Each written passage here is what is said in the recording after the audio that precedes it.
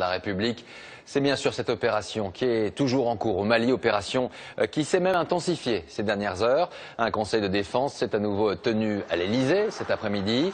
Des raids aériens ont eu lieu sur des camps d'entraînement, des dépôts logistiques et notamment à Gao dans le nord du pays. Sarah Bernuchon. Au troisième jour de l'intervention, les raids aériens s'intensifient. Au moins 550 soldats français se trouvent aujourd'hui au Mali.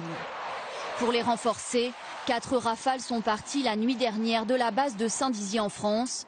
Ils ont bombardé Gao, principale ville du nord-est du Mali, un bastion de djihadistes. Dans cette base arrière des islamistes, des camps d'entraînement et des dépôts logistiques ont été détruits. Encore plus au nord à Kidal, d'autres opérations seraient en cours. Selon des témoins, à l'ouest du Mali, dans la région de Léré, un camp de djihadistes a été visé. Mais aussi à l'est, vers Douenza, des cibles ont été atteintes.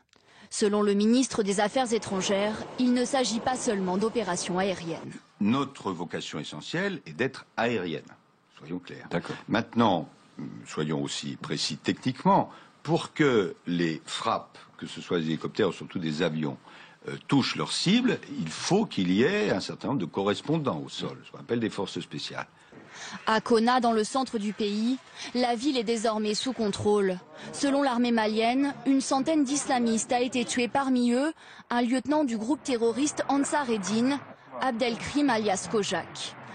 Dans les prochaines heures, les premiers renforts des pays ouest-africains sont attendus.